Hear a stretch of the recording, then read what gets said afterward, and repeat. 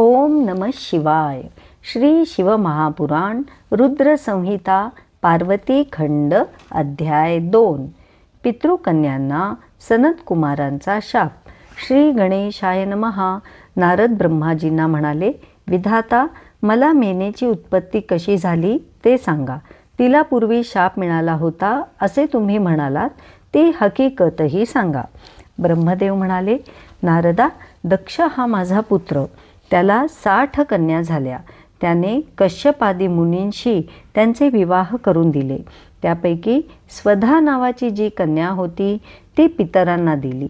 तिला मेना, धन्या व कलावती अशा 3 कन्या झाल्या.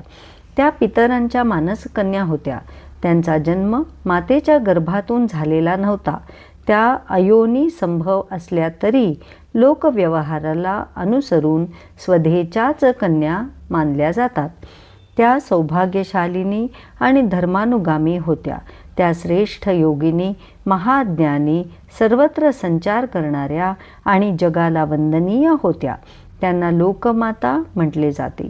त्यांचे स्मरण व नामसंकीर्तन केल्याने मनुष्याला मनोवांछित फलप्राप्ती होते असे त्यांचे महात्म्य आहे. एकदा त्या पितृकन्या श्वेतदीपात विष्णूंचे दर्शन घेण्यासाठी गेल्या होत्या. त्यांनी श्रीहरींना वंदन केले, त्यांची स्तुती केली आणि त्यांच्या आज्ञेने तेथे बसल्या. तेथे काही संत मंडळीही उपस्थित होती.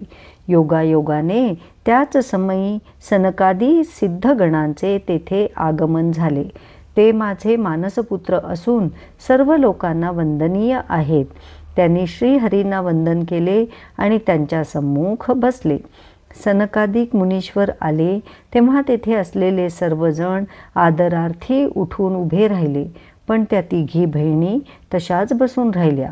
त्यांनी नमस्कार केला नाही. विस्मित होऊन केवळ बघतच राहिल्या. ते पाहून सनकादिकांना राग आला.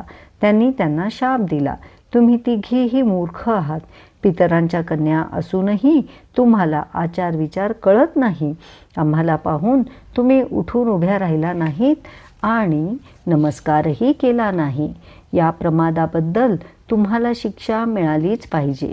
तुम्ही स्वर्गातून भूलोकी जाल आणि मानवांच्या स्त्रिया व्हाल. सनतकुमारांचा शाप ऐकून त्या 3 जणी आश्चर्यचकित झाल्या. त्यांनी मुनीश्वरांच्या चरणांवर लोटांगण घातले आणि म्हणाल्या, हे विभो, आम्ही तुम्हाला नमस्कार केला नाही हा आमचा मूर्खपणाच झाला. तुम्ही दयावान आहात. आम्हाला क्षमा करा. आमच्यावर प्रसन्न व्हा. तुम्ही आम्हाला शाप दिलात हे योग्यच झाले, परंतु आम्हाला पुन्हा स्वर्गप्राप्ती होईल असा काहीतरी उपाय सांगा.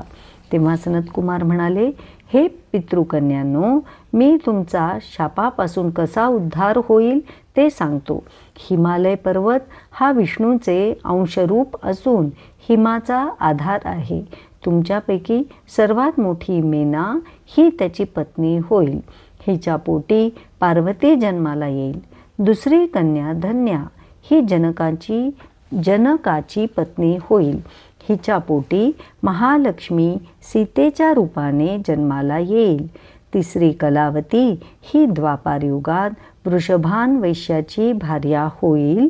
हिला राधेची माता होण्याचा गौरव प्राप्त होईल.